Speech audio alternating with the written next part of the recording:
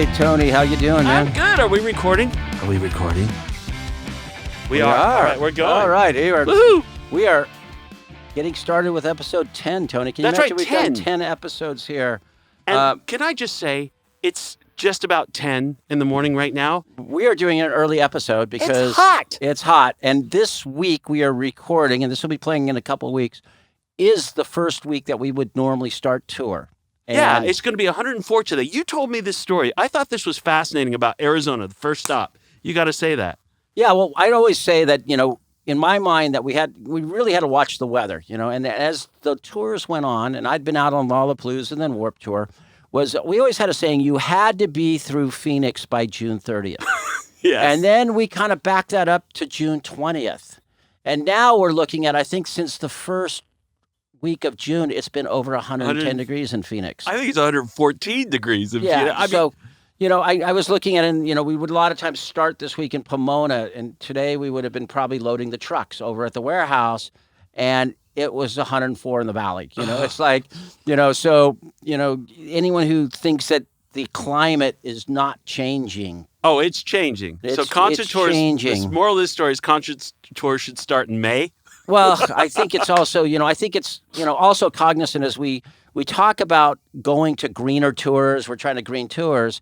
Why do we need so many semi-trucks on a tour? The future production managers are going to be the ones who can do it more efficiently, right? More with less. It always was more and more, and everyone would brag, like, I have 78 trucks on tour, 23 trucks on tour. I want to see the badass arena tours with 6 trucks on tour. That's going to be the future of touring. Yeah, but see, I need my bubble effects, and I need my smoke machines, and we need fire. Well, you need that, but you can do it more efficiently. So I think if I was a young production manager right now, and you wanted to be a leader in the thing, I would start to learning how to do things more. Great efficiencies within the tour environment. Because you could do all these things. You could recycle plates backstage. You can do all these things. But really what we have to do is get a few less vehicles on the road. Do you see what happens to Kevin Lyman when you just say, damn, it's hot today? Yeah, I start thinking about all those things. And it is hot. It is hot today. But before we get started, I want to present our great, producer, Xavier, with something. Because I always like when I give him something. Because he got a pair of Vans shoes the other day, and he was super excited. So let's see how excited he gets when I give him this, okay? So our friends at Liquid Death.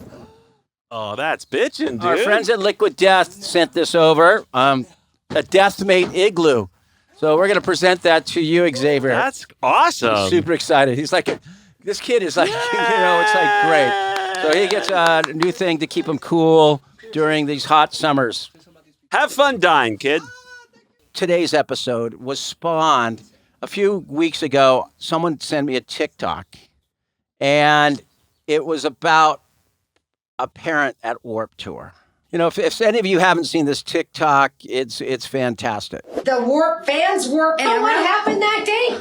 She liked it. She fucking picks the Vans Warped Tour. I'm thinking, okay, how bad can it be?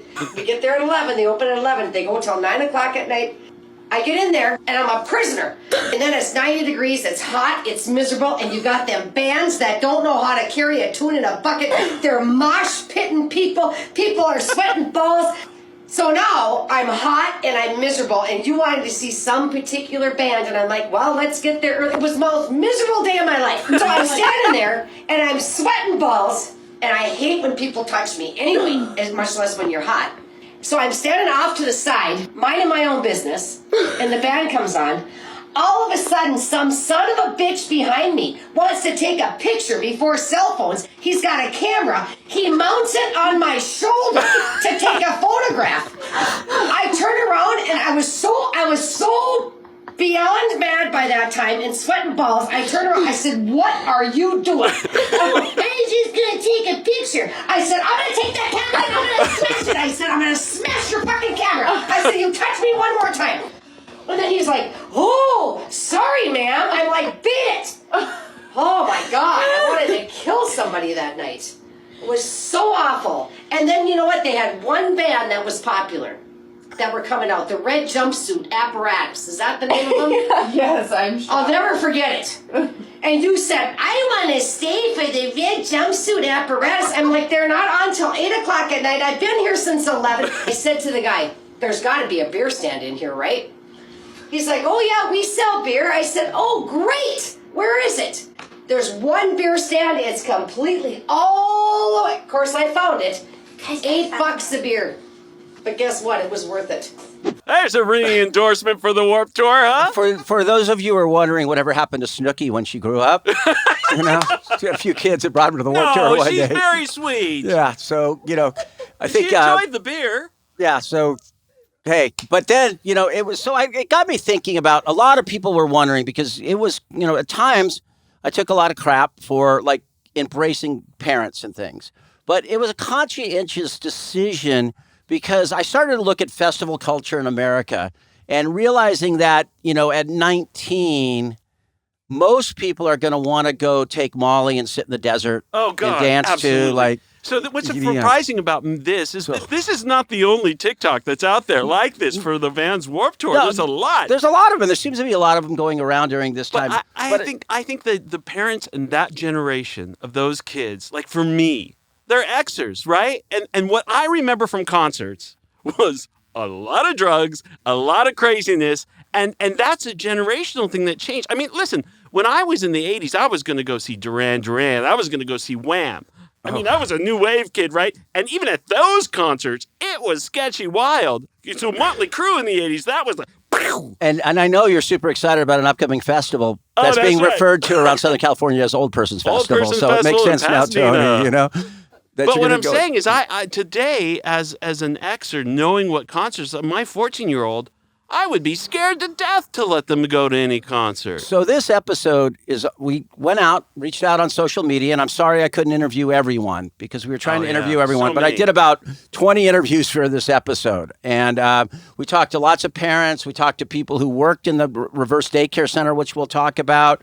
But, we just got her opinion of Warped Tour, but there was a person that was always someone we looked forward to. And his name was Daddy Gerry. So I connected with Daddy Gerry and asked him what brought him to the first Warped Tour. We'd gone to a couple of shows. I took the boys. They always wanted to see punk bands. And sometimes bands would say, hey, we're coming back this summer. We'd go around the back of the venue and meet them. I mean, I was like the dad in charge, but I'd love to see all the kids get the experience of like meeting a band. And, as long as I was with them, I felt safe, like over in Philly at the TLA or the Troc or some of the smaller venues, the Electric Factory.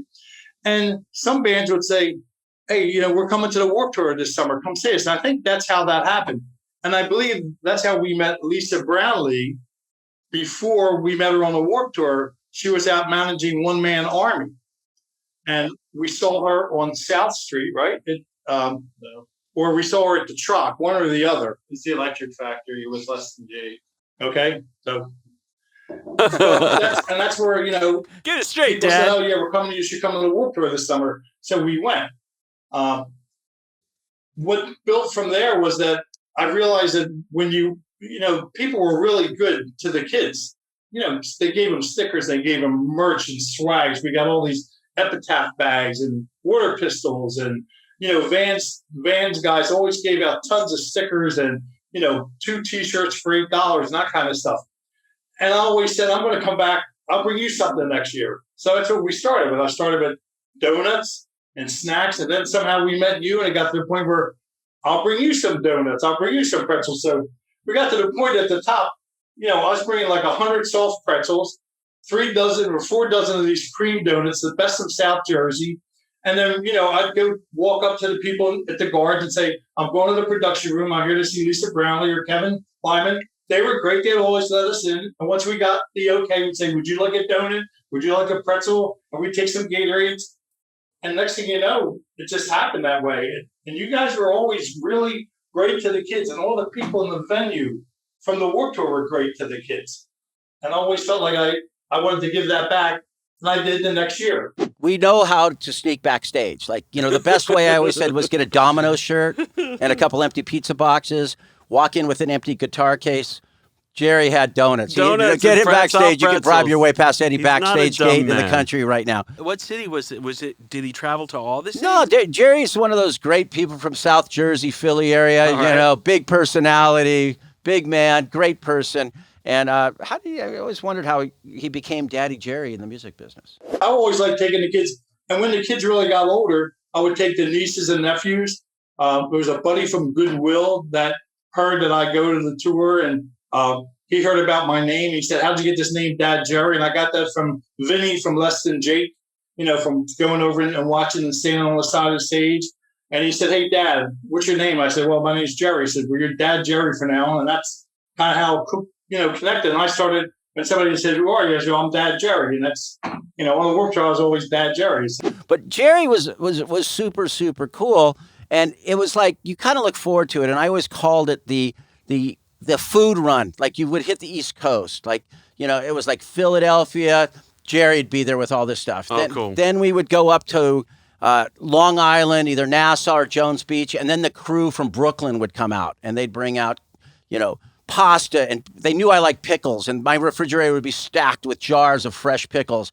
Now, was this early on in the tour when he started doing this? It started, probably mid doing, but he kept coming, and it was funny because even his kids, started to have other interests, but he kept coming. Oh, awesome. I probably went to everyone from 99 through 2006 or 2007.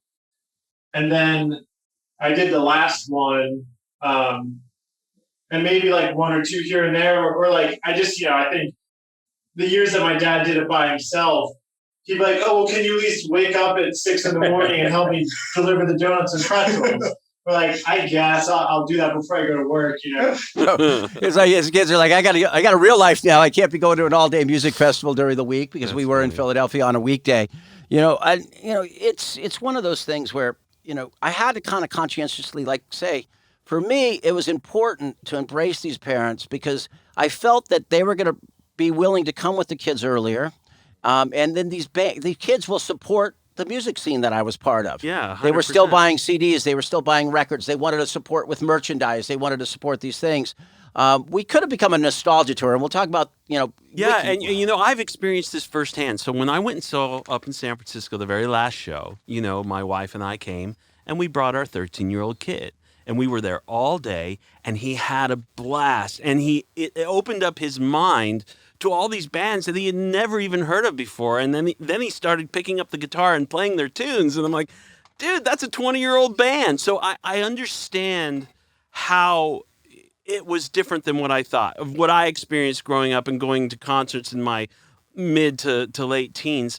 It was a family experience. We had a great day. It was amazing. We caught up with, what age was people starting to think about coming to Warped Tour. Right. And Amy and her mom, Halle, kind of touched on that.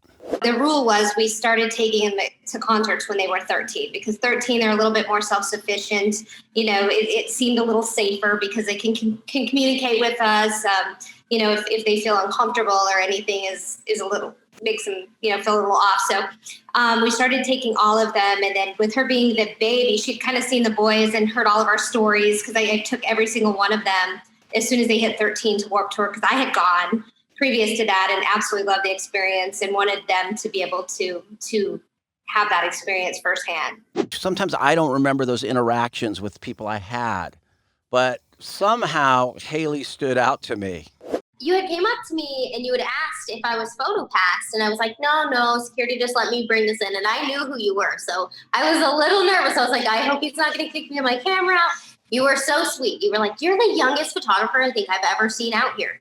Is this something you're serious about? We just had a little conversation side stage, and I told you, this is my dream. I want to tour. I want to be with the bands. I want to shoot the bands. I want to show the bands raw emotions all the time. And you were like, well, if this is something that you're serious about, get a real camera, invest in it. And here's my personal email. Next year, I want you to hit me up for a PhotoPass early. And as soon as that PhotoPass date marked, I was on it. I sent it. I said, I got a real camera. Can we do this? And you were like, absolutely. Here you go. Here's what you need. I got you all set on my end. You got you all set on your end. Let's do the dang thing.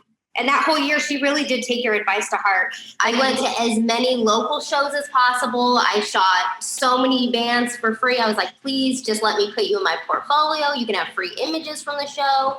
We would drive 4 to 6 hours almost every weekend. And that's one way. Photos, to me, it's a memory. All these things where they don't let you take photos at concerts and things like that. It was I want these kids to take something home, knowing that a lot of them were coming to their first show.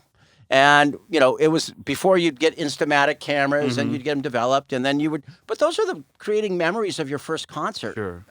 So for me, it was like really important. Let them bring their cameras in. It was also, why kids wanted to get into photography of shooting bands. Give them a shot. And, we also had it with press. If you had a library card with a story, to me, you were as equal to Rolling Stone at that point. Right. And later on, it was really interesting because people would tell me like, hey, it's hard to write bad things about you because you gave me my first chance to interview a band. So I need to talk to you. Maybe there's something controversial I need to talk to you about. But I'm very open-minded to this because I know that you, with good intentions, and something could happen. So it was really cool because these kids would be writing for Spin, Rolling Stone, some of the big, websites later on, and they say they got their first interview at Warped Tour. So you start building a resume. That's the hardest part as a teacher. I see all these jobs and they say, need experience, 1 to 3 years or 2 years. Right. And, Warp was able to give people that experience. The changes that you had to make within your tour to accommodate this generation and to infuse it with younger kids, I think was extremely inventive. Well, and that's why I think that was one of the keys why we lasted 25 years. Exactly. We expected them to move on and out. Like I said, these other festivals, there's so many great festivals out there. And you want those experiences of camping and doing all those kind of things. But, it was interesting because, some parents, I checked in with Amanda and Linda Ludwig, and I checked in with them. They were great because maybe had a more typical response of a parent who was thinking about bringing their kids to Warped Tour. I was expecting, what we had in the 70s, the craziness, the drugs, the drinking. And it wasn't that at all. It was a lot of SUVs that say, my kid is a orchestra kid, or, my kid this. And it was really nice to see that the kids were all just normal kids, just like the ones that I had in my car. She definitely let me go out on my own, or at least told me she did, whether she was following me from 10 feet behind. I'm not sure. But for the most part, I had a little group of people, and we all went off on our own to the sets that we wanted to see. A lot of that conception of being 13 and 14 and even 16, being with your parents at a concert, at least for me, was not cool. And that's changed a lot now. Yeah, and that's something conscientiously I was like, wow, this is, as I would watch, and people would always say, like, get mad at me. Like, I'd say I'd watch things, but I was watching the audiences all the time. I was watching the interactions, and I saw that, kids were like, especially as the economy got a little funky. We went through periods of time, boom and bust on Warped Tour, political things. But as the economy went, families were willing to kind of pull together, like we're seeing during the pandemic. I think, we're opening up in California, but is everyone just scattering all over again? I think there's a lot of families that are like good, solid Sticking units together. now that have stuck together through this. And we'd see that on this. And Tori and Jackie had some stuff to say about this. I think Warped Tour was the first music festival I ever went to. And I remember hearing some friends in high school talking about it. I was probably in 9th grade, 2009. And we were all doing a school project, and my mom overheard us talking about Warped Tour. She's like, that sounds dangerous. But of course I was intrigued. So then it was the following year, 2010. So I was 14 going on 15 the first year we went. She was young, and I really didn't know what we were getting into. And I heard about moshing and crowd surfing, the comments from kids in her high school. And of course, she's my baby, so I want everything to be okay. I never really went to concerts, but never a music festival. I was born and raised in Brazil. So Tori knows I have some history. I love music. I always have. And it's interesting because when Tori was little, as a mom, it's sort of like music disappeared from my life, really. All of a sudden you're a mom, and she has a brother a little bit older. So growing up myself as a teenager, I went to a lot of rock concerts. Tori knows, I saw Queen in concert when I was 18 years old back in Brazil with Freddie Mercury. Like, I have so many great memories but now when it's your baby, I had some concerns, but honestly, the first year, what year? So you said it was 2010, Tori? 2010. Yeah, that was the first year we went in 2010. St. Pete. Yeah, and it was it was a crazy Warped Tour because there was a tropical storm going on, and it was just like, whoa, there was like crazy wind all day and rain, and that was the very first one I took her to, and I thought it was amazing. It was different, I guess, different than I expected. Not really. I don't know. It was super fun. I always loved the music, all the bands. Tori used to listen to it all the time. And it sort of reconnected me to music, which growing up I loved. So I was just a little concerned before I got there, but it's like everything in life, if you sit and think about it, it sounds really scary, but when you experience like, whoa, this is actually this is actually fun. So I had to behave like a mom. I couldn't show that I was having too much fun, but I actually enjoyed it. How to behave like a mom. It's like, moms can't have fun. But that was her perspective, because she did go back and she said, I remember when I went back to those concerts and oh my God, it was wild. And as a parent, you freak out. I totally get that.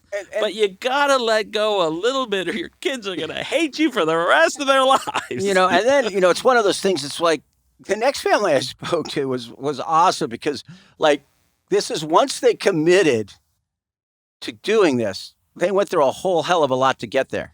The first year that I wanted to go, the All-American Rejects were playing, and I wanted to see them so bad, but I think I was probably like 14 in high school at the time, and we hadn't been to any shows yet or anything like that, so I don't know that my mom was really on board. I didn't know how buying tickets to shows even worked, so we didn't end up going that year, but we did start going to other shows, which led to us befriending a local band who then the next year actually played at Warped Tour. So by the time we got to that, my biggest hesitation was I had no idea what all the rules were.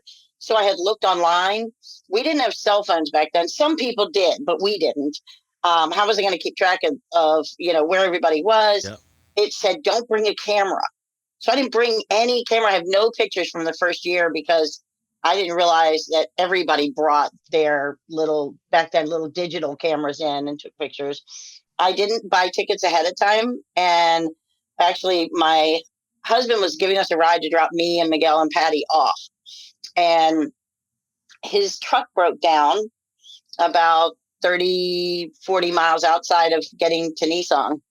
And I figured, well, we were able to get to a rest stop, and I figured, well, other people will be stopping here going to Warped Tour. So I actually still have the Need a Ride to Warped Tour sign that we held up in the rest stop. And my biggest fear was we would get there and it would be sold out and we wouldn't be able to get in. But we did. We stood in line and we got tickets. And I want to mention that we abandoned my father at a rest stop. Nice. Yeah, we left him there. But it was also that experience that filtered down to their next generation that was so cool to me, like a younger brother or sister. I had originally heard about Warped Tour through my sister. Being the younger brother, I sort of just kind of followed in her footsteps. She had gone to a couple shows before me and hung out with all these skater kids. And I remember hearing about Warped Tour from them as this sort of mecca of music, and hearing that they had a half pipe there and mosh pits and all this stuff to a 12-year-old at the time. I was just like, what are you even talking about? It just seemed like a mythical sort of place. And yeah, I guess that might have been, what was that? 2005 was our first year that we went? 2004. 2004. Yeah. Wow. Yeah. So I guess that's sort of how I piggybacked on the whole thing. And it wasn't until after that first year that I really got into music myself. But it was really sort of through my sister and, tagging along to these shows and getting in the mosh pit at 13 that really made me fall in love with it. So later on, I just went on to found my own band called the Baby Grand, sort of at the end of high school.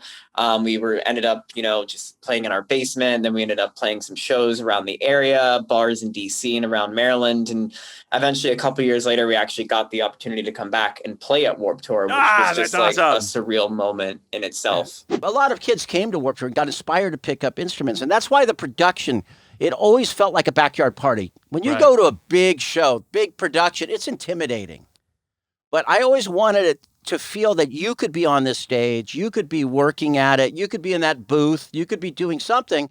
This girl, like Halle, who we talked about earlier, being 13 as a photographer, I met this young woman named Emma Sunnut and up in Canterbury, Minnesota, at Canterbury Park, and who eventually she ended up working in the reverse daycare center. But how did I meet Emma? She brought it up. I was probably 14 or 15 at that point. I mean, I was thinking about it earlier this morning, and I started going to Warped when I think I was 11 or 12. So I had been there for a handful of years at that point, and I just saw you, and I think I had, cans to skip the line or whatever, and I just walked up and said, "Hey, how you doing? Don't know if you get this enough, but thanks for what you do." Because me and millions of other kids, Warped was my one thing of the summer that I always look forward to. My mom, Parents of Warped Tour, is incredible. She loves Warped just about as much as I do. So the first year we went was in Chicago, because I'm from Iowa. And the following years after that, we did come up to Minnesota, which is where I ended up living. I live here now, which is about a 3.5, 4-hour drive. Some years we woke up at the crack of dawn and just hit the road. Some years we came up the night before. But it's great having a mom that's just as into it as you are. It doesn't, whine the whole time and is super amped on seeing, whoever she's stoked to see that year. When you go to a normal venue, it's built to handle people with disabilities and wheelchairs and things. Right. But you're opening up a parking lot. We were in a parking lot. We were fields and things.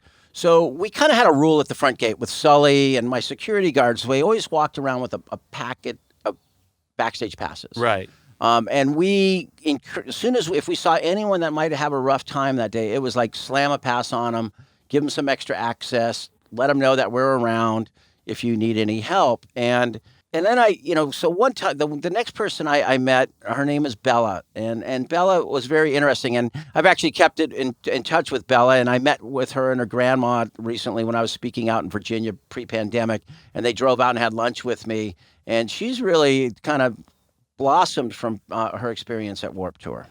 I would go to a concert every year for my birthday, and they brought me to Warped Tour. Did you have a good time? I mean, yeah, I did. Even though 13 was a really hot year. When her father passed away, my son, she came to live with me in 2015, and her music and I didn't get along well. And I told her she would have to wear headphones. I said I'll change that. I said to my mom, I'll change that one.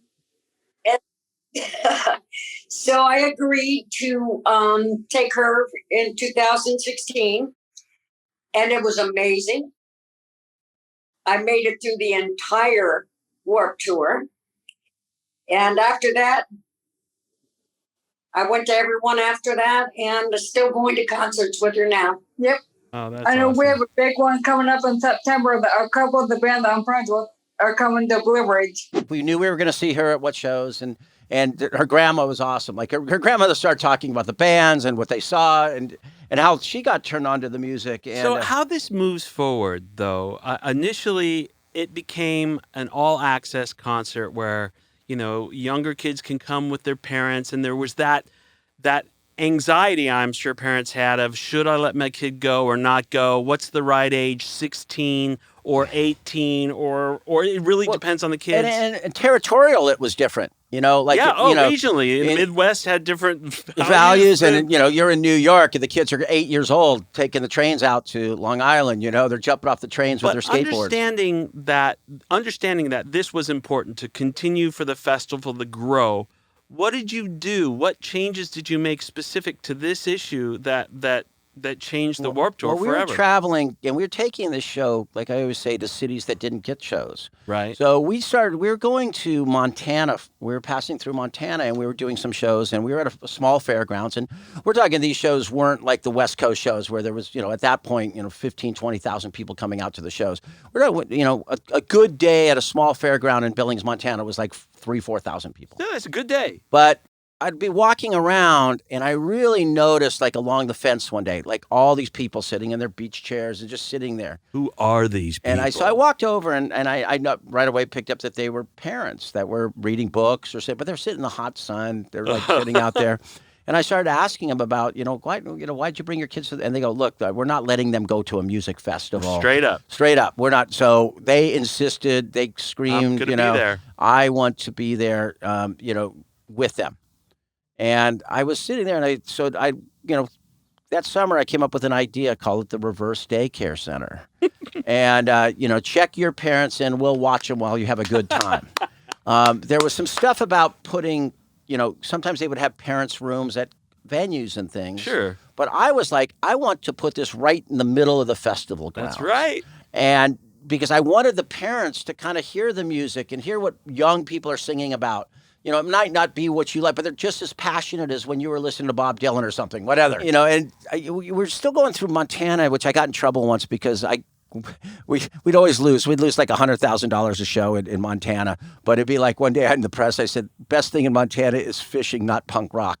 And, it was like, some kids got pissed off at me for that. But, it was true. So I came home, I said, let's do this thing called the Reverse Daycare. And of course, with everything on Warped Tour, we tried to go out and get some sponsors for it. And this led to one of those branding moments with when Target came in and was the sponsor for us. Brilliant. Who else did you pick? Target's perfect for that. Yeah, there was a lot of people going to get pissed off and everything, but I tried to integrate them in a way. So, when we went with the bullseye with no target under, I said, putting a bullseye in the middle of the festival grounds, the parents might relate to Target subliminally that they were here, and the kid meet me at the bullseye. Like if you're at the LA County Fair, you meet the family at the clock tower. There's always like the location. Meet me at the Matterhorn or wherever you're at Disney World. And what a brilliant marketing campaign. You could go to somebody like a Target or something similar to that and say, I have this parent daycare. This is an economic demographic that is going to be here, locked in the position, and you're sponsoring it, and they have the wherewithal to spend money at your facility. So I would be like, Emma, who we heard from, she worked in the daycare center, and Tiffany was a person who worked in the daycare center. I started in 2014. I started for just the West Coast states. You brought me on as a little experiment with my peer safety volunteer team. And I started that for 2014. Then 15 and 16, I was the reverse daycare manager. And then 17 and 18, I was your volunteer coordinator. This is a thing, man. You had titles and stuff. Yeah, it was a paid job, cool. I'm hearing what, kids get paid out of college these days. It was a good paying job back then, actually. So it was funny how she related this job, and she summed it up pretty good. I had a little bit of babysitting experience before then, but it was with mostly about 3 or 4 year olds. And I had never experienced anything with about 40 to 50 year olds before. So it was a whole new experience for me. I think the 4 and 5 year olds, they listen a little bit more. They're a little bit better at listening. They'll follow the rules. I think the 40 and 50 year olds, they're more inclined to do what they feel like they want to do. And they don't want someone that's their kid's age or a little bit older telling them what to do. So I'd rather stick with the kids, but the parents were fun overall. So it was always we would find someone with a good attitude. Sure. And this probably, initially how Warped Tour started and how it became, this changed the culture a little bit at Warped Tour, didn't it? It did. I took crap for it from like the hardcore punk scene. Like, what are you, the parents encouraging parents to do that thing? But, I've always said, like, in life, it was like the problem with punk rock was hard. Being a punk rock person was not easy. Getting old in punk rock is really hard. And then a few times I had to tell people also being ignorant in punk rock was pretty bad, too. You put all 3 of those and those were a bad thing. So it was kind of one of those things that, look, I always loved, and you wish, but if you weren't careful, it would become a nostalgia tour. Right. The crowd ages with your festival. The crowd ages, and you see how the evolution of festivals.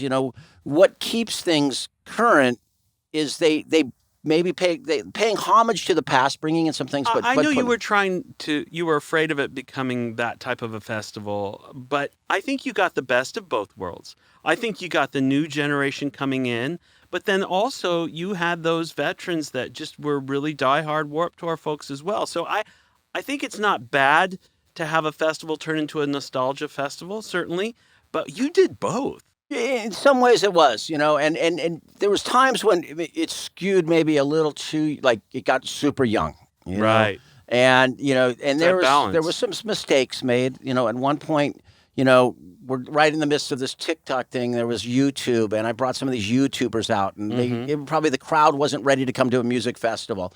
But I was trying so hard to help my friends break bands, build their labels, build an audience that would still stick with it for a while, that would be around this music for years and also come back to this festival.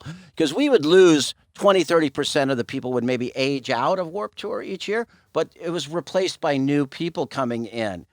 And I looked at, by embracing parents, I always felt that there was trend-setting parents in the neighborhood. And people that would step out and if I could get a parent, especially at that younger age, because a lot of parents wouldn't go. They were like, no way. Right. But if, I said I was going to, bring some kids from the neighborhood and I will be the responsible parent. So it was really interesting. And Amy and Haley's mom was that kind of person. We made it like an annual thing. So every year I would bring another one as soon as they turned 13. In fact, her cousins started asking their parents, can we go with that? Amy is, and I was always like 13, you got to be 13. So at any given Warped Tour, I'd have between 3 and 8 kids and we would load up and do the thing. We drive to Phoenix, Las Vegas, and Salt Lake City most years. Wow, that's committed. She went to 3 shows? That's think awesome. about that. Phoenix, Las Vegas. We're not talking. That's the hottest shows on the tour. The hottest shows on the planet to go to. And mom's driving the family truckster with 7, 8 kids, You said you always tried to focus on the parents that were proactive. You could see that across the board with anything, like the parents that get involved with PTA, the parents that are, building the community where we're washing cars to raise funds for those type of. So you actively sought out and focused on trying to get those folks involved? Absolutely. And creating that daycare center where they might go in and get a little air conditioning. That was like the only air conditioned place on the planet. We would put some Monster water in there. That's brilliant. We'd put magazines. We'd also put issues from some of our nonprofits. Maybe, stuff that Planned Parenthood stuff or things that people were looking at that maybe wanted more information. And they were kind of in this situation where they have time to read about it. And maybe they would go out to a booth, and then there was the fans who started prepping their parents before they went, really educating them on everything. So it's kind of like your teenager saying, I really want to get this. So Tori, cut that out. I'm trying to say, when my son wants something really bad, like a video game, or he'll start coming up to you and saying, Dad, can I wash your car? You look, for you, it'd be you look young today, Tony. Dad, you look mighty young today. Your beard looks darker than normal. Yeah, those kind of things. We're all there. We've all been there with our kids. But, Tori's one of those people. She had a master plan. I remember I was counting down the days for months. I would go to bed every night and be like, hey, 20 more days to Warped Tour. It was a whole thing the first year that I went. And I think if anything, I was preparing her. I actually remember showing her Tiffany Minks pit reports, her pit blogs beforehand to be like, hey, Mom, so this is what it looks like. But I would make sure to show her the really nice ones, with the softer bands. Look, see, no moshing, it's fine. So I was sort of trying to use her mind going into it. Actually, when we first got there, I had never used my DSLR camera before. We had bought it for Warped Tour. I had a point and shoot beforehand, and I ran into Tiffany Mink, starstruck, and asked her how to use my camera so I could take a photo with her. So as soon as we got there, it just felt like a huge learning experience. And I saw some of my favorite bands that day, got to interview the Somerset, the Cab, I believe. We had a few interviews that day, and it was, I learned a lot, and it was really great having my mom there too, for sure. She was a good sport. I had started my own YouTube channel that year. So those were some of the first interviews that ever went on my YouTube channel. I think they're still there, unfortunately, but fortunately. So I started doing interviews that day. And from then forward, it was pedal to the metal. So for about 4 years following that, I kept up my YouTube channel, built a really great following. And from the moment I got to Warped Tour, I knew one day I wanted to be the pit reporter. So I think everything on my own blog was leading up to that moment. I have to say, throughout the last 15 years when people started posting a lot of YouTube videos, you had a string of kids that started their own YouTube channels, just walking around Warped Tour, explaining the bands that were coming up. And I'm fascinated. Some of the production quality on it's really good. They were, and this is when they started having tools online. They could edit and things. And that was the evolution of like this camera coming. And then it was like video cameras. Like really,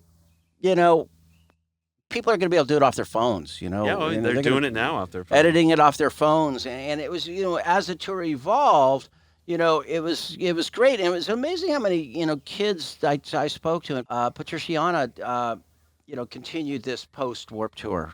I started taking pictures of bands locally just while they were playing their set. And then MySpace was a big thing back then. They started asking me for the pictures from their show, from their sets, to add to their MySpaces. And then that led to me getting photo passes to shows. And I think 2005 was the first year that I actually got a photo pass to Warped Tour. And that was probably one of the first times I had been in an actual photo pit. And I still do concert photography to this day. I've been published in a few magazines, Revolver, Alternative Press, been on a bunch of websites mostly. But yeah, I mean, it all started going to these smaller shows and, shooting the smaller bands, leading to, I photographed, I think 5 dates for Alternative Press had like a part of their website specifically for Warped Tour where they had coverage of every single date. So my mom and I went, I think in 2009 maybe, and we went to 5 different dates in a row together.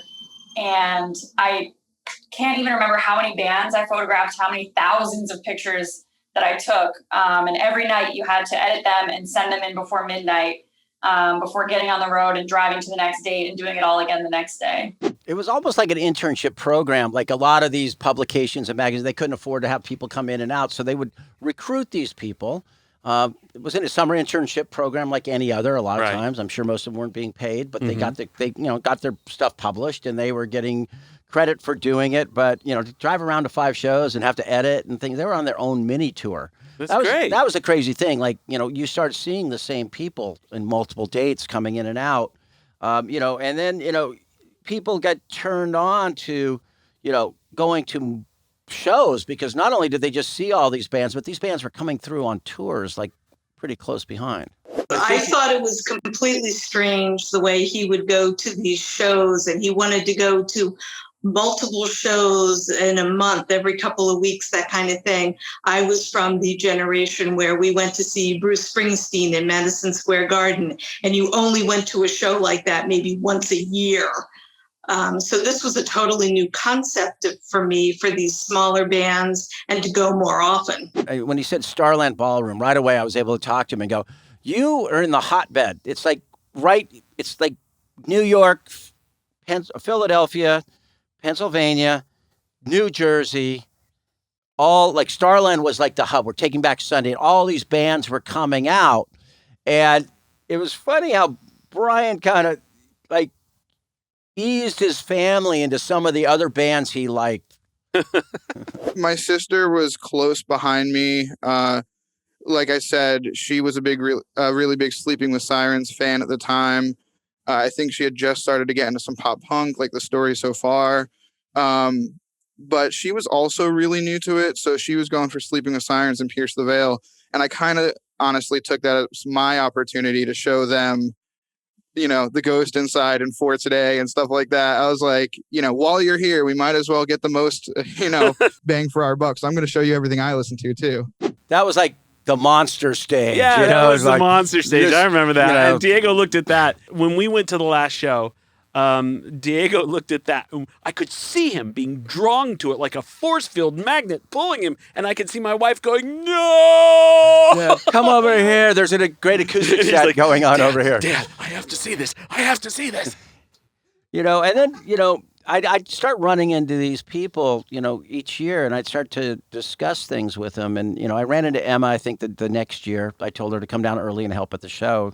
And, Emma was having a little trouble here and there in school, like so many people do. But we kind of made a deal.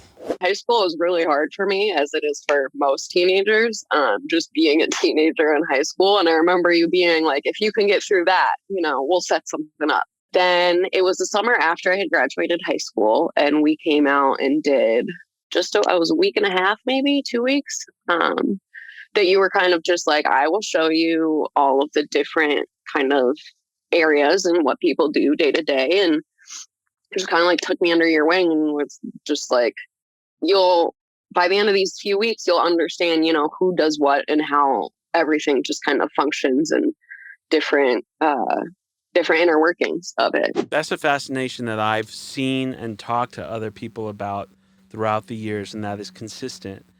You kept bringing in younger generations of kids, but they would watch people at the tour, whether they were taking photos backstage or they were in a booth selling something, or they could see that they could be a part of it.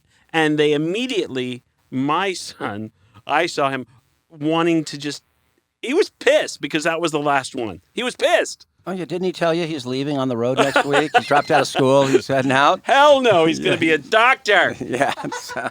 But you also, what I really appreciate is that you said, hey, if you graduate from high school, then we can talk. I made a lot of deals with people through the years there.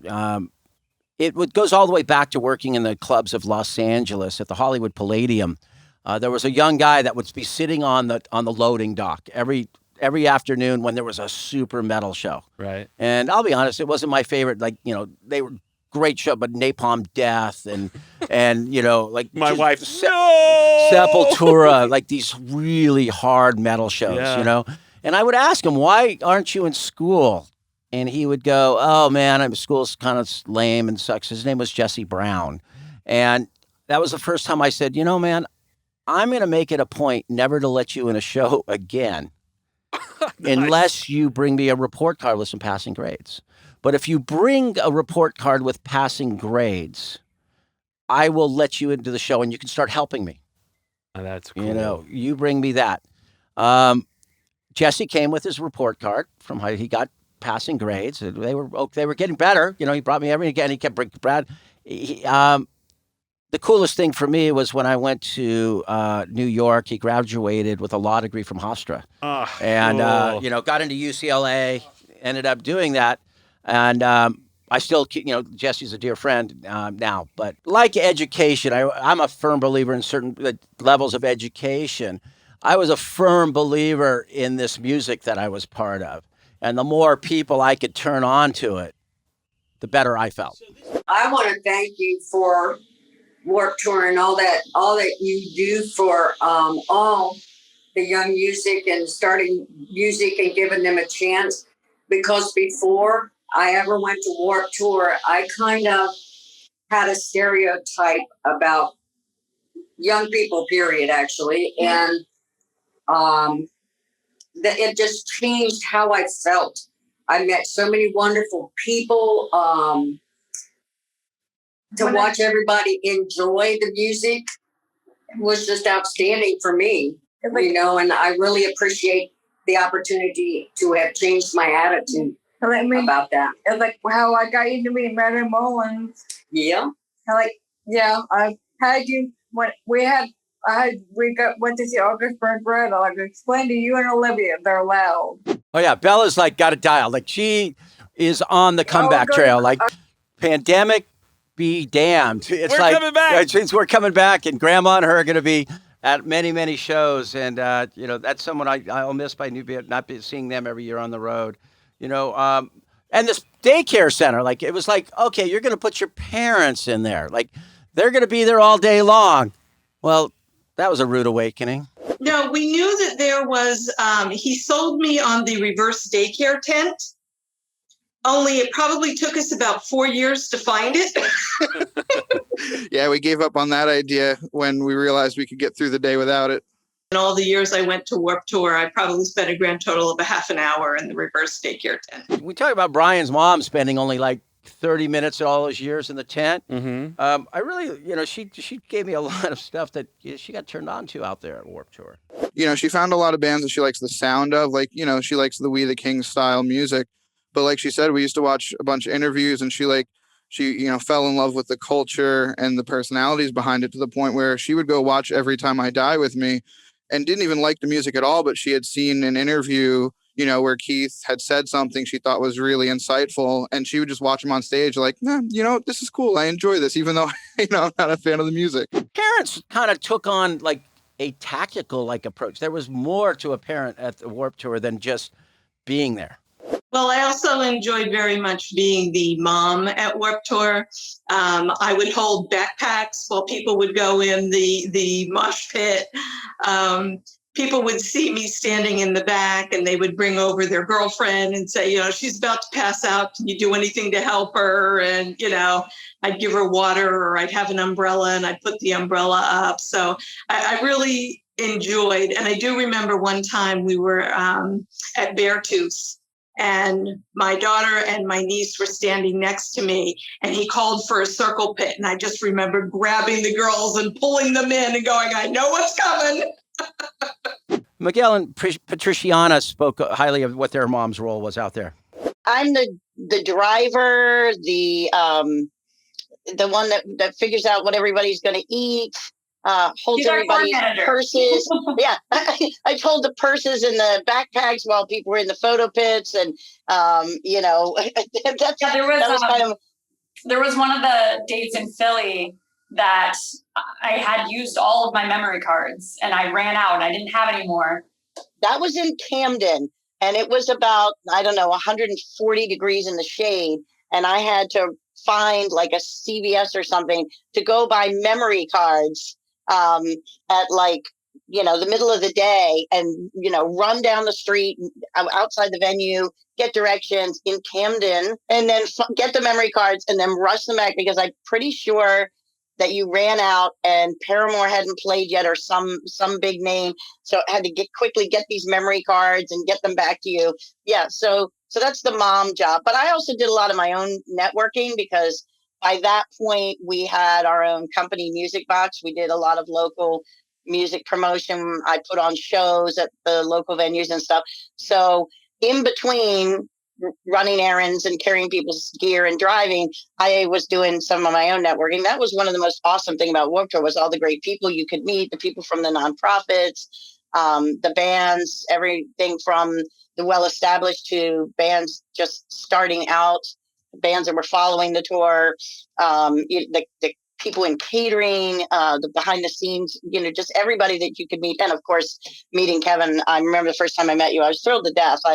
And I think I sent you a picture of that, because you were the dad of the Warped Tour of the punk rock summer camp. You just dropped that bomb on me, like, oh yeah, I was there promoting my shows and networking, and it's like I drove my kids, the car broke down, we did it the first time, and now they're promoting shows, which was awesome. That's incredible. That was super cool to hear that, and it's unique too that technology has changed so much now today, where you could imagine user groups like Warped Tour moms or Warped Tour dads, or these people they're just like how the kids found their own tribe in coming to Warped Tour.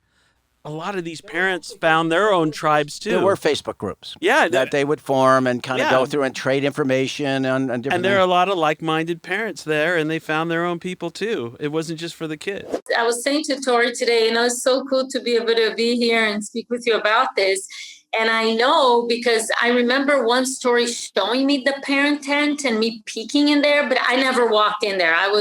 Every Warped Tour I ever went to, I was out with her and listening to the bands, and I literally fell in love with all the music. She mentioned interviewing the Somerset and Sleeping with Sirens. I love those bands. I have some of them on my phone now. I would listen to without her. There's just so much great music. Yeah, no, I'm not going to be wasting my time in a parent tent. We were joking about a funny memory earlier today about one time she wanted to join me on the barricade for Sleeping with Sirens. We were right in the front, and the crowd surfers started coming, and she didn't know what to do, so she was just ducking to the ground. And it's funny, because during these interviews, I realized how focused I had to be, Brian, reminded me of something, and I, I had to it's apologizing that, I'm up early, I'm working, I'm powering, got a million things on my mind, and then Brian reminded me that this wasn't the first time I'd talked to him. Yeah, my mom's got to show you her bag here. My Kevin Lyman autographed backpack. There were, I think, 3 or 4 years in a row where whenever my mom would see you walk in the line before the show, she'd run over and get you to sign that bag. So there's probably, I think, 4 different Kevin Lyman signatures on that bag right now. You were moving and you were working, and now having these conversations, kind of realizes that you'd met a lot of people out there in the world. Right. And you hope that at one point you cross their paths again, they had a tradition, Brian's family, before they came to the show. I don't know if you would be a fan of this or not, but we used to go to Wawa right before the shows. And in New Jersey, it was easy. And even in Orlando, they had Wawas down there, which made it real easy for us. And we would grab sandwiches, we'd grab sliced apples, peanut butter cups, whatever.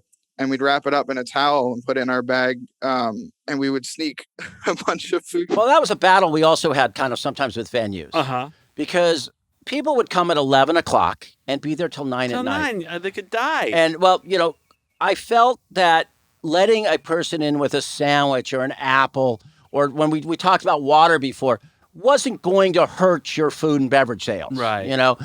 You let the kid in because they're going to buy a meal. They're going to spend money at your venue. So it was a constant battle because they would say no outside food or drink. And I'd be like, let him. So we'd be at the front gate. And notoriously, and it was no offense, these people are trained a certain way to do their job. Every concert, take everything away. They have to. So Warped kids were ingenious, man. 1, they knew how to sneak into the shows. 2, they knew how to sneak food and things just in case they got the wrong security guard. Because I would be out there like running up and down the lines, and Sully and the crew was always looking. And then we would have to get the supervisor to say, if the kid has a peanut butter sandwich, it's not going to ruin your day. Right. Amanda and Linda Ludwig were very interesting because, that reverse daycare center, because so far, none of the parents were in that daycare center. So I'm building tents, I'm bringing all the staff, but it doesn't sound like anyone's sitting in them.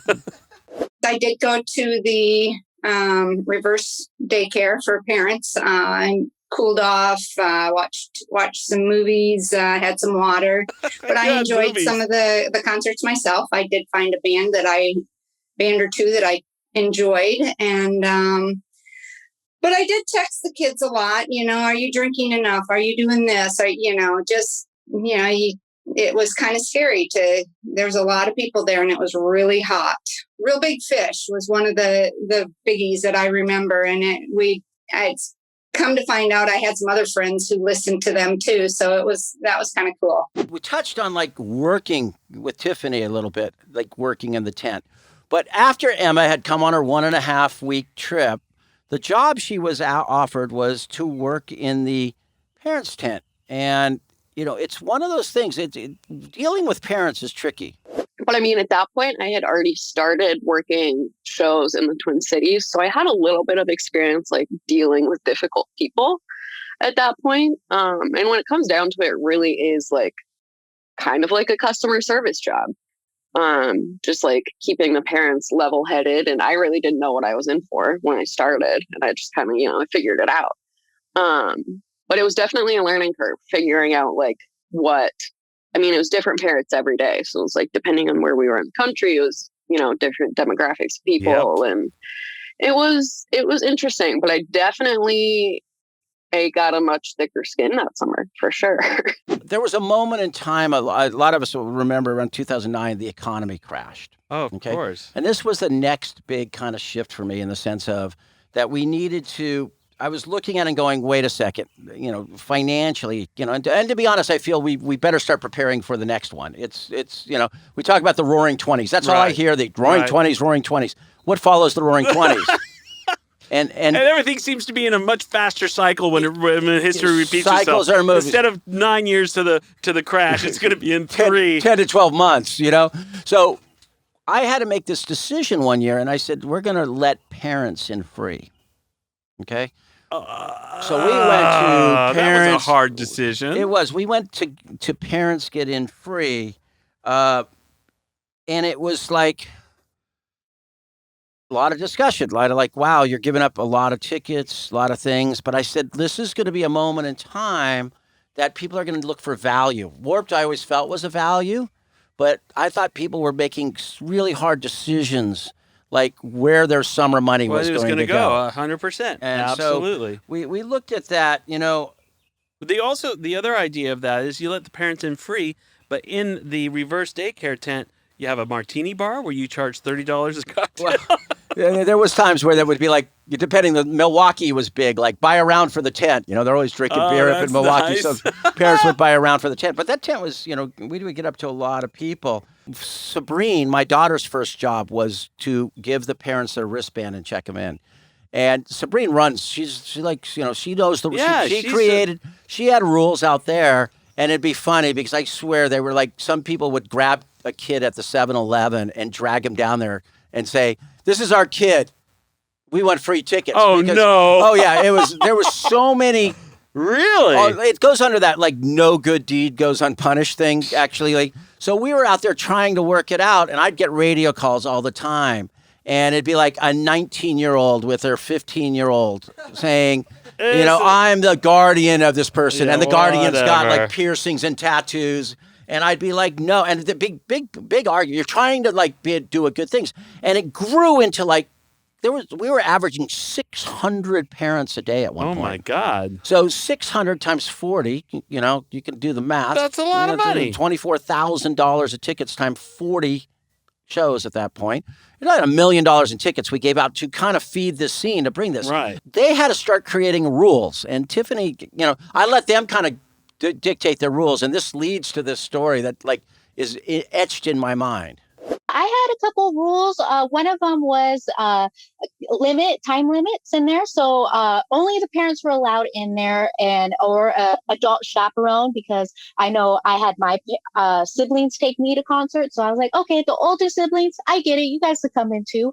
So you had to be escorting a child into the venue. And then I know we started doing wristbands. So then the parents had their own parent wristbands. So I had to check that and make sure that they were of age to be coming into my tent. Mm-hmm. And then once they were in my tent, they could hang out and relax in air conditioning. But since it was a hot commodity having air conditioning in my tent, I always had to keep a time limit on it. And that was something that became an issue at times because the parents just wanted to hang out in the air conditioner and don't let anybody else have a chance to sit down.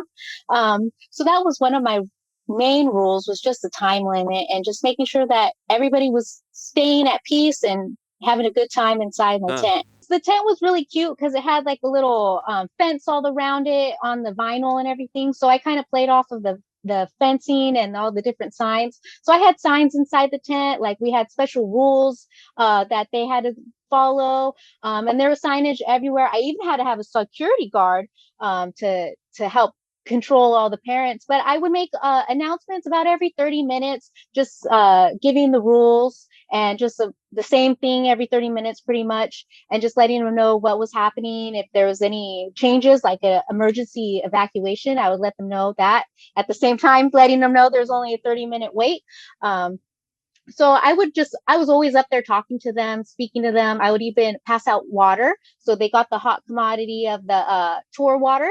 So I would pass those out to all the parents and get to talk to them one-on-one a little bit, give them a little bit of a rundown of all the rules and things. I think it was a great thing that you had. I wish that more festivals, more concerts would have something like that. I think it really reassured the parents that their kids were in a safe environment. Even my own parents, they never took me to Warped Tour, but the first year I was out with the reverse daycare, they came out to see me and they loved it. And now all they could talk is highly of Warped Tour and how safe of a place it was. So I think having that parent tent really made it a great place and made it safe for everyone. Everyone had a great time overall. But Tiffany reminded me of one story. I actually had to bring you in, or the mom brought you in, because there was an issue with the time waiting. They didn't want to only spend 30 minutes in the tent. They wanted to spend longer. And I was having a day where all the parents wanted to be in my tent that day. And so I kept on trying to let her know, and she didn't want to move. So we had to call in you. I get a radio call one day. We're in Pomona, California. Mm-hmm. And, you know, I'm very close with the police out there, the fire department, the security company. They're grew all up in my that people. They're town, Southern yeah. California. They grew up my town. And I get this radio call. I was just sitting down to eat, long day in Pomona, and they're like, Kevin, you need to come over to the administration office. I'm like, can it wait? They go, no, Kevin, you really need to come over to the administration.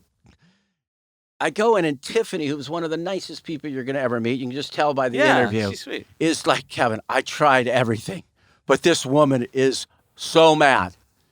And I go in, and she's there talking to the security guard, and I had to go through this little room, and there's like the police, there's the venue people, and they're all hiding. They're kind of hiding. They're like, Kevin, you got to deal with this. So I walk in and I go, excuse me, like, hey, why are you so upset?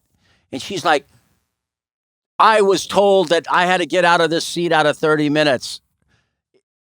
It wasn't on the website.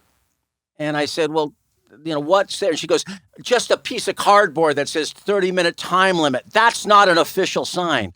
So I'm trying to appease her. And I'm like, look, ma'am, we're just trying to, make Give it work, everybody make a it all chance. work, give it a break. And then she started and goes, if I knew it was 30 minutes, I would have spent the day out with my kids watching bands, which now I'm really confused, like why she's mad. And then Fran was with me, and she's like, she goes, she just wants to be mad. She just wants to be mad. So I'm like, okay, how do I handle this? I go, okay, ma'am, I really don't know what to do here, but I know what to do. I need to refund you your ticket money if you have your ticket stub. And she goes, I got into the show for free. And I'm like, okay, we can't do that. I go, what can I do? Finally, I'm going, what can I do to make you happy? Because it just seems like you want to be mad. And she just grabbed her stuff and stormed out. That was the last I ever saw her. But you realize that sometimes customer service is everything in life. You really want to make everyone happy. And there's sometimes you just can't do it. A mom wants to be mad, or a dad wants to Okay. be mad. And we would have moms and dads or a fan that would want to be mad. So Tiffany was like, tried her hardest, and she felt so bad coming to me for that. I always said, someone is having their best day and their worst day on Warped Tour, on the tour. And you never know which is going to be which day. And tomorrow it's going to flip. Writing the set lists differently. Everyone, when you have 1,000 people on the road, there's some people having a bad day. Right. And Emma reminded me of one of her bad days. We were in San Antonio, and it was like middle of July, and it was like 110 degrees outside. And someone that day had put a thermometer. We were on blacktop, of course. So someone had put a thermometer to the ground, and the ground was like 140, 150 degrees or something. So it was really hot out. And for those of you that aren't aware, listening, Reverse Daycare has this big, it's like an air conditioning unit that is kind of like worked into the walls of the tent, so it keeps the tent air conditioned as best as it can. And when it got really hot out, which it was really hot out a lot of the time, it would overheat and start blowing hot air instead into this, enclosed tarp tent. So I remember you and me, some of the parents were pissed because they got stuck in this tent blowing hot air and had to go figure it out for themselves, this place they didn't want to be. And you brought over a huge bucket of dry ice, and we're on your hands and knees just shoving this dry ice into the side of the air conditioning unit to get it to cool down. And it was really like a troubleshooting thing, like most days. But yeah, no, that was one of the days when the parents were pissed. And it was just, you had to figure it out. We always go back. You met this person who was industrious, got to Warped Tour early on in their lives, and then they're out there trying to figure out a problem when it's 140 degrees on asphalt, and putting it in there. And, as I was going through these things, I was asking some of these people, the people who ended up working on it, how it changed their lives. But I've also felt during the pandemic, and now as we're kind of hopefully getting to this end of this, that I realized that those people on Warped Tour, even during the pandemic, looked out for each other. Like if someone had some work, they brought in someone from Warped. If they're getting work now and they can't take it, they're calling someone they work with. It's another thing too that can be said about that time in your life between the ages of, when you're out on the 17 to 27. That time of your life is when your friends are your family. Yeah. And I think that those bonds, those are the times of the life that a lot of people spend at the Warped Tour. and that leaded to, lifelong relationships. I met some of my best friends on the road. Your daughter, Sierra, were good friends. Shay and Tatiana, they were both in production and in sponsorship. So it made me make a lot of great friends out on the road and lifelong bonds that never will be able to be made like that again. I mean, A safe place for their kids that the kids, were excited about. That's what it was. What it was. And then you had Tori, who we followed her path, who was been on a mission since she was like, inception about this whole warped lifestyle. And, I asked her some of her lasting memories and relationships on Warped Tour. All of my best friends are from the tour. I mean, my roommate that I'm living with now, I met her in the shower room at Warped Tour. So, I mean, my whole life kind of evolved and changed from my summer spent on that tour, even though it was a small sliver of the year. It impacted my entire life. The next thing I expect is some sort of wedding invitation or something pretty soon from Warped Tour. That'd be like the final thing that, you'll be inviting me to, hopefully, soon enough. So, it was really, though I lost, touch, with I'm doing my thing and there's so many people, but, I asked Emma what's going, how her life's been. Last summer, I was on a bus with Jamie, who runs A Voice for the Innocent, which is a nonprofit supporting survivors of sexual violence. And he and I had made a decision where once or twice a day, he really just wanted to come in and talk to the parents, because as a kid, he experienced a lot of things that, like with his parents, and his mom was great, but as a kid, he was always like, I don't know what I would do if I didn't have my mom. So for him, it was really important to be able to go and connect with parents of, all sorts of different kids and give them the resources for not just like sexual assault, but, mental health and all sort of things that kids deal with. So about twice a day, he would come in and tell his story and kind of, let people know about A Voice for the Innocent. So I started doing a raffle every day, where parents could buy, individual tickets or deals for tickets in bulk, and had different bands donate t-shirts or signed posters or signed t-shirts or whatever it was. And each daily raffle was some different item.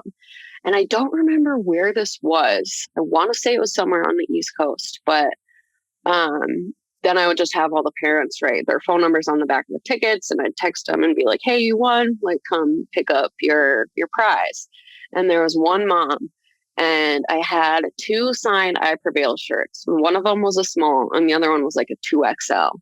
And I had this mom that won, and she was just like, she got really emotional because she was telling me that she's like, my son is severely autistic, and most days it's really, really hard for us to just leave the house. So the fact that this is something that he really, really felt the need to do, and to be here with these tens of thousands of people, it's huge for him. And the one reason really that we're here is because he really needed to see I Prevail. It was a really important band for him. And it was really important that really healing for him was the word that she used, to be able to be there with him, to be able to see I Prevail. And I was like, well, I have a small and a 2X left. She was like, that's what I was worried about, because he's a big boy and he's going to be so excited. And she broke down in tears. And it was really powerful being able to connect with, another mom that was there for she was also enjoying herself, and you could tell how happy she was for her son, which in a way my mom was as well. Just having a safe space that kids were so excited about.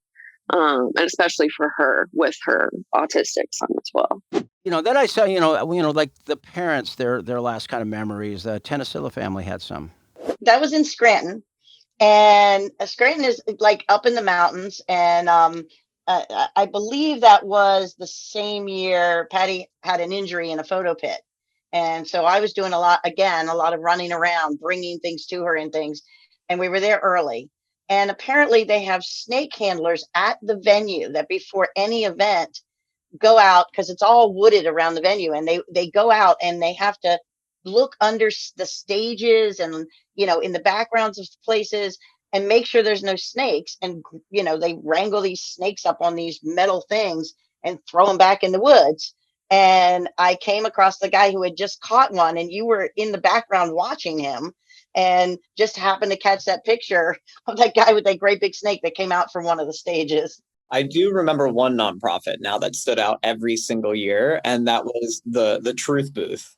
Every single time. That was like one of the funnest things. And I even remember, I think from one of our first years going, like walking from the pavilion stage at Nissan Pavilion over to the Shearer Girl stage, I think, to go and see Paramore.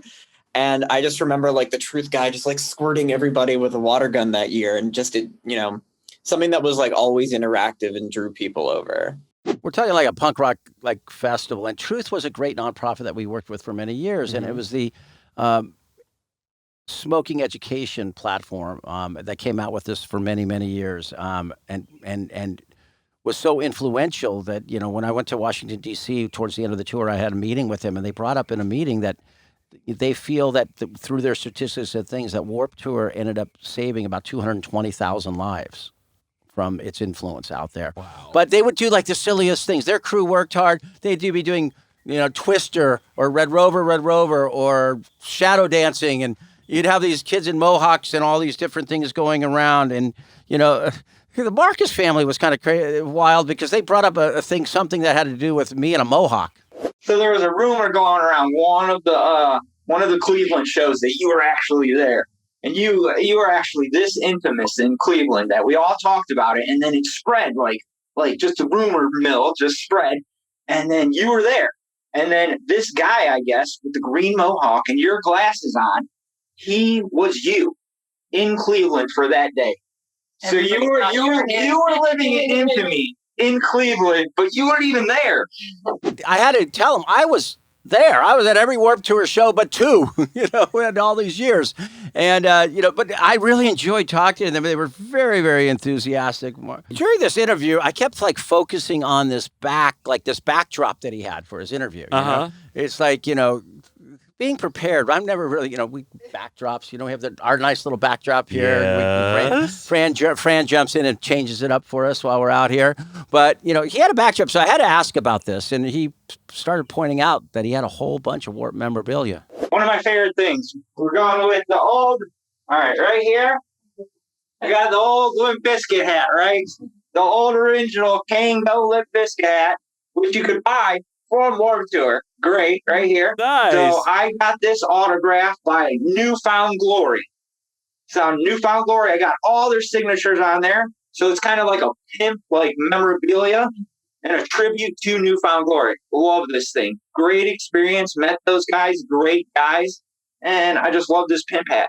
So I had to throw that one in there. I always said that every person at the Warped Tour created their own stories. Whether you had to make up your schedule or what you were doing. And, that hat just became like a memory.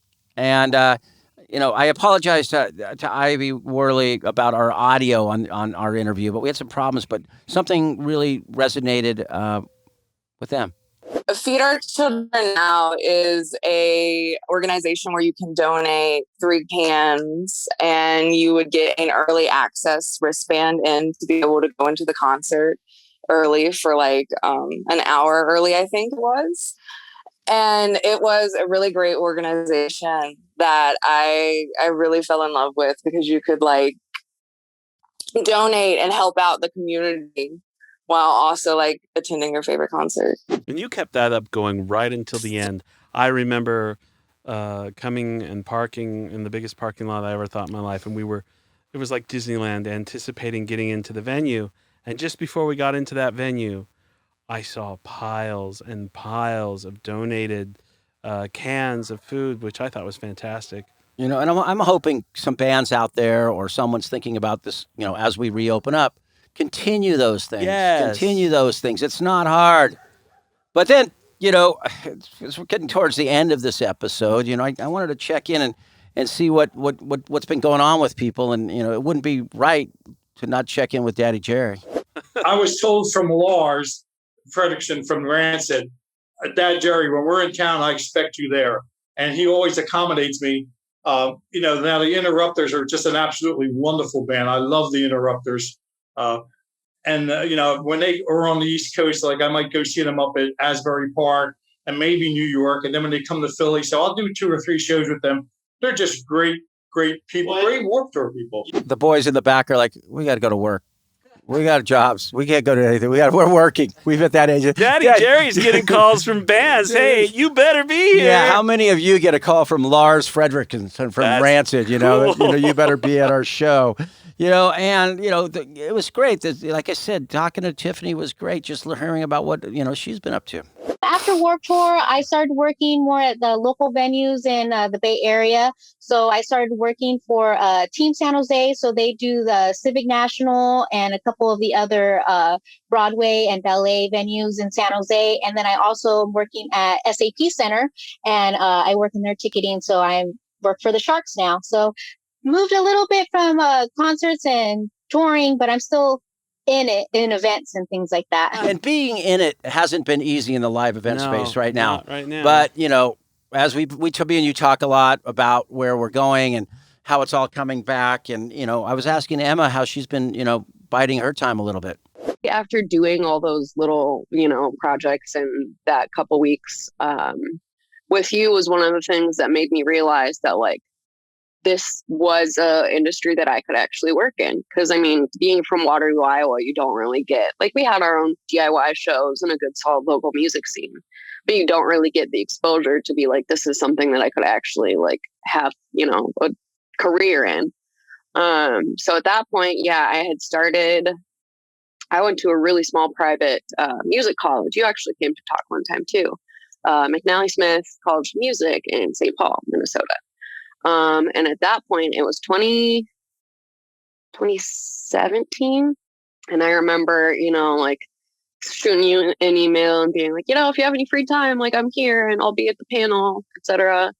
And I remember you and Kate Truscott came to the venue that I was at, the venue I was working at. And then I went to the panel you guys were at. And I spent quite a while actually afterwards talking with Kate after the panel. Because at that point I was about to graduate college and I was just kind of had no clue what I was doing. And I remember I was on the bus to get to the airport to fly home when you sent me a job offer. Since Warped, I've done, I did a year of Coachella and Stagecoach. I was supposed to be back last year, but obviously that didn't happen. Yep. I am based in Minneapolis, so I work for First Avenue as well. And we have like 6 or 7 different venues all over the Twin Cities. So I just kind of bounce around and am a event venue staff there, which is an amazing job. Love it there. And then this last year, I am back. I'm working at a van store. Ironic enough, it's been great because it is, Full circle. It's a job in a pandemic, and if it's going to be a retail job, like you were saying, at least it's vans, and it's a good family that I've already felt I've been a part of for a few years now. Yeah, so sitting back to go, what's your legacy? These little things, like you hear that, okay, found her way, doing okay. Well, I know everybody's had a hard time in the last year and a half, and like you said, we debate back and forth about your industry and mine. And I think it's going to come back roaring so hard that we're almost not going to be prepared for it as well as we should be. Yeah, I would agree on most of that. We'll talk about it on the. We'll fight later. We'll fight it out on the course tomorrow, or Thursday when we get together. But but that family that all of a sudden was like promoting shows and networking at Warped, I asked him, what are you guys doing now? About 6 years ago, I had so much fun taking Halle to all the shows, and the kids were getting older, and I just started to think about am I going to be that old lady in the wheelchair at Warped Tour that they're, boosting around? And I thought, I just need to stay connected to the music industry, to many of the amazing people that we've met over the years that we still connect with. And so I pivoted and I started managing bands. So now I manage a couple of bands, this Modern Viper Club and the Carolyn. And then I also, during the pandemic, pivoted to start working and doing artist development at an indie little boutique label out of Georgia. So yeah, I mean, Warped Tour's had like this lasting effect on almost all of our lives. Cool. Yeah, it's great. Yeah, it was fun. But what was really interesting was, Amanda's mother, who was a little skeptical about coming to the festival and everything. But when she told me what she was doing, I was like, yeah, okay. My time going to Warped Tour and really being a part of that music scene made me really want to work in the music industry. I remember when Warped Roadies first started airing, I was like, this is just really what I want to do with my life. And it was right around when I was 17, 18, trying to figure out what I wanted. So I did eventually go on. I started working in venues and continued with an events production, doing music festivals. I'm very excited that she's able to work in an industry that she truly, truly loves and cares about. And make money.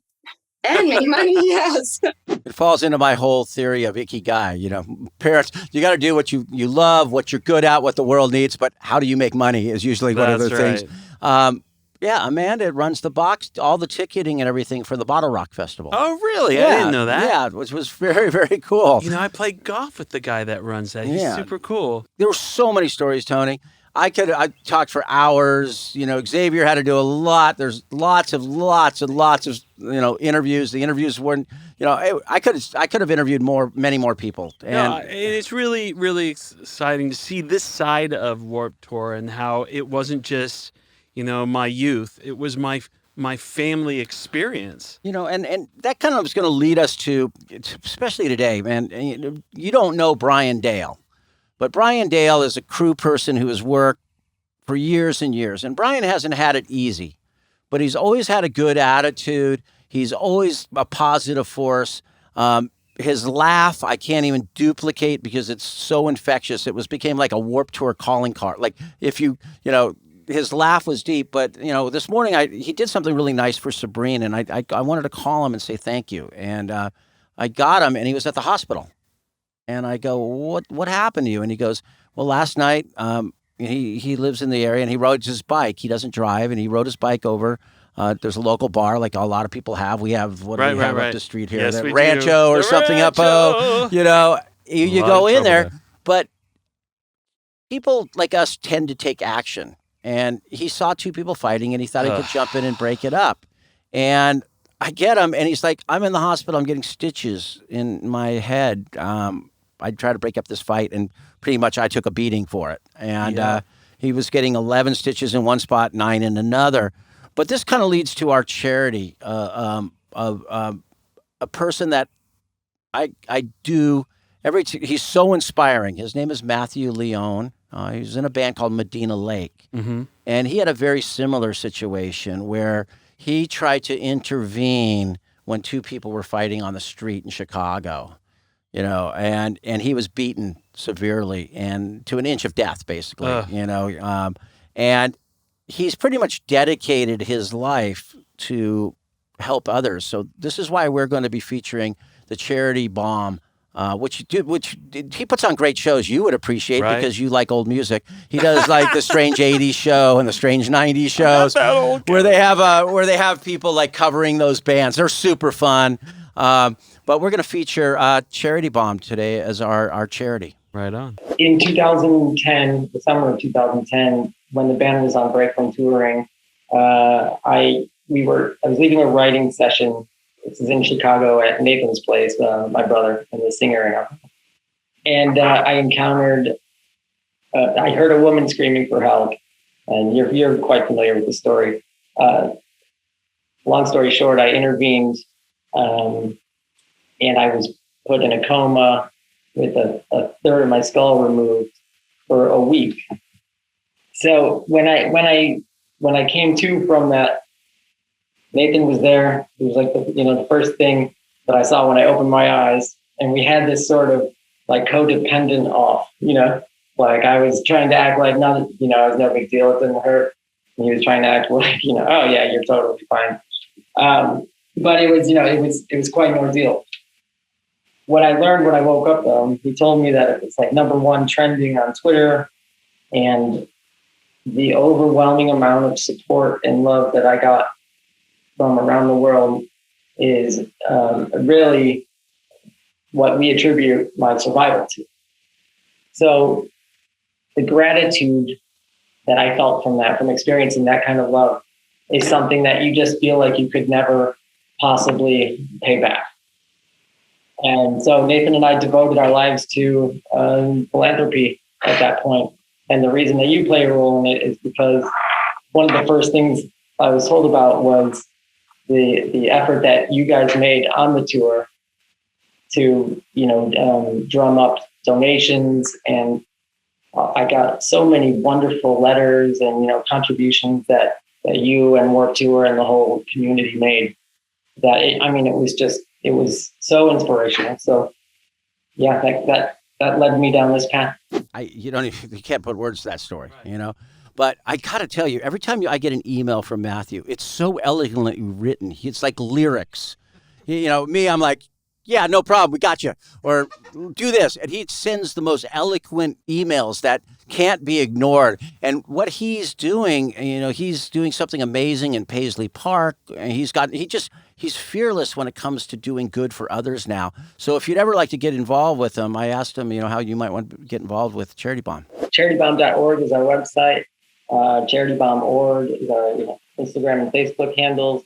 You can go on there and find out what we're doing with our Operation Gen Z EQ, which is we're using EQ and social emotional learning as a preventative mental illness solution.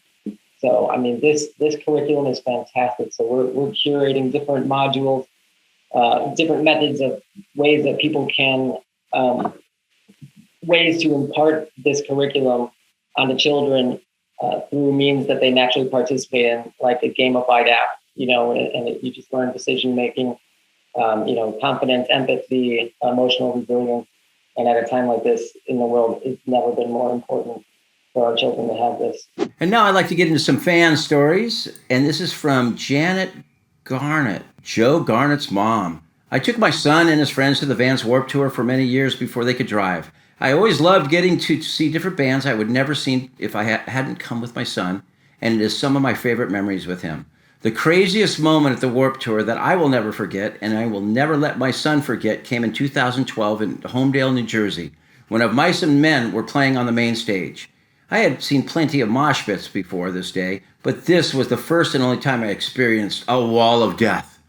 The singer stood up on the monitors and began to spread the crowd, directing them with his hands. My son instantly knew what was happening and moved us to a safe area where we could see the pit without being inside of it. The singer told the crowd, "When this song drops, you know what to do."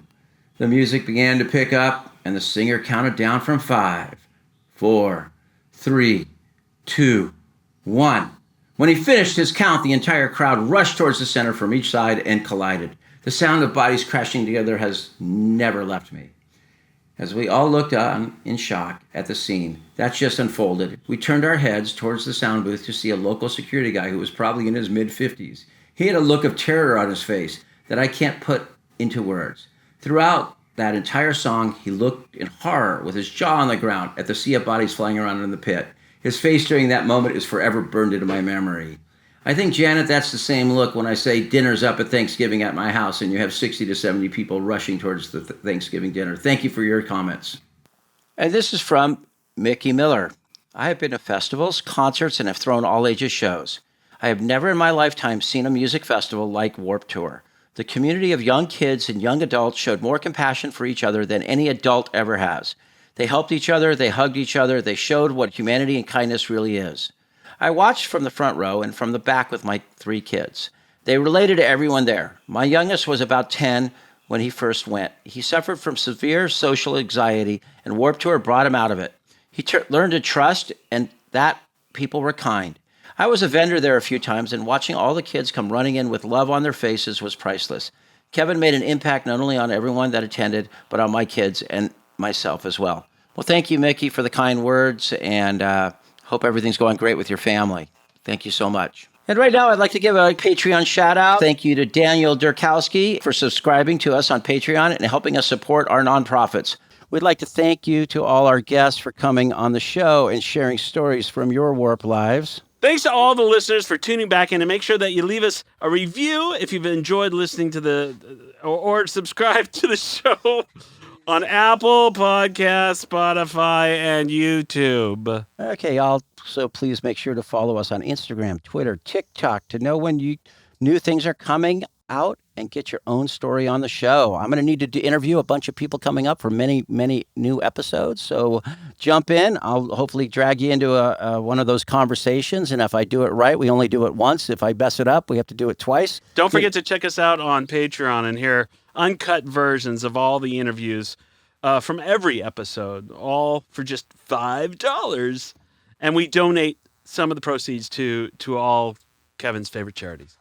If you have any stories to share or want to pitch us an episode idea, you can text us at 818-863-6445. But it is hot today, Tony. It is hot. Let's see if we can get through this. We want to thank Xavier Bradley, our producer, Vivian Wang, our executive producer, whose wedding. Oh, that's right. Yeah, we haven't heard much from her lately. She's probably busy with getting ready for the wedding. Beata Shem Tov, who's been giving us a lot of information and research, helping out, getting out there and promoting what we're doing. Our producer, Fran Lyman, who for set direction today. And Sabrine Lyman, who's out buying furniture. Guess who we have to thank to close the show? Go, boy. Yes. Take it away, kid. Diego Aratia. Woo!